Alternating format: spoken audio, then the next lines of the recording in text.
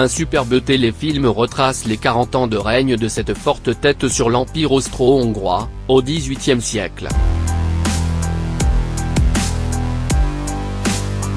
Les costumes sont magnifiques, les décors des palais tchèques dans lesquels a été tournée cette ambitieuse superproduction d'Europe et de l'Est également. Placé sous la direction du réalisateur Robert Dornhelm, les équipes techniques ont soigné les détails, somptueuses images. Visage expressif de personnages en perruque filmés en gros plan, pénombre propice au complot, musique entraînante, voilà le téléspectateur plongé au cœur du XVIIIe siècle, et plus précisément du palais de la Hofburg, à Vienne.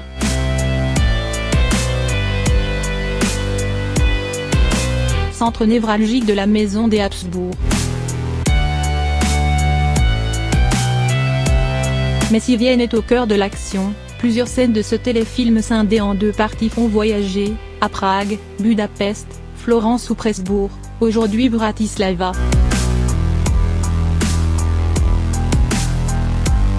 Intrigue de cour, alliance contre nature, histoire de cœur et de pouvoir, cette production austro-hungaro-tchécoslovaque rend, de fait, hommage à une femme sortant de l'ordinaire. Marie-Thérèse d'Autriche, née et décédée à Vienne, 1717-1780, surnommée de son vivant la Grande et dont Voltaire parlait comme d'une grande femme qui excelle dans l'utile et l'agréable.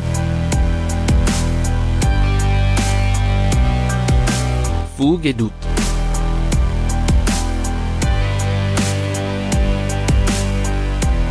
La jeune comédienne, 26 ans, membre de la prestigieuse troupe du Burgtheater de Vienne depuis 2015, incarne à merveille une Marie-Thérèse pleine de fougue mais aussi de doute. Passant avec aisance de femme-enfant à archiduchesse sans faiblesse, Marie-Louise Stockinger a le physique de l'emploi, grands yeux bleus, mots boudeuse et sexy, voix cassée, elle est le pouvoir qui séduit, décide et frappe.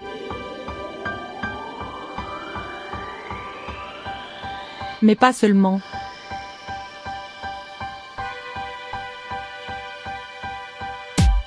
Ses rapports tendus avec sa mère, ses relations conjugales avec Françoise Étienne, duc de Lorraine, sa complicité avec sa sœur.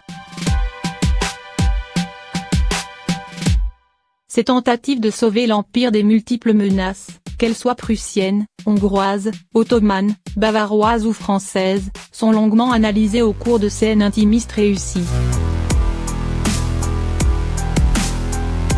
En choisissant de retracer l'adolescence de Marie-Thérèse lors de la première partie puis sa tumultueuse première année de règne, le téléfilm frappe juste. Même lorsqu'elle n'est pas encore sur le trône, son caractère bien trempé apparaît. Dans la seconde partie, la jeune femme, qui vivait heureuse à Florence avec sa famille, est rappelée par les dures réalités viennoises. Son père, l'empereur Charles VI, décède subitement en octobre 1740. En l'absence d'enfant mâle et afin d'affirmer l'indivisibilité des domaines des Habsbourg. Il avait, en 1713, imposé la pragmatique sanction, qui réservait le trône à l'aîné vivant des enfants, quel qu'en soit le sexe. Voici donc Marie-Thérèse sur le trône.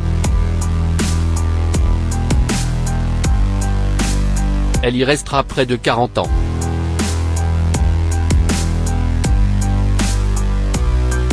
Durant son règne, elle mènera 2 guerres.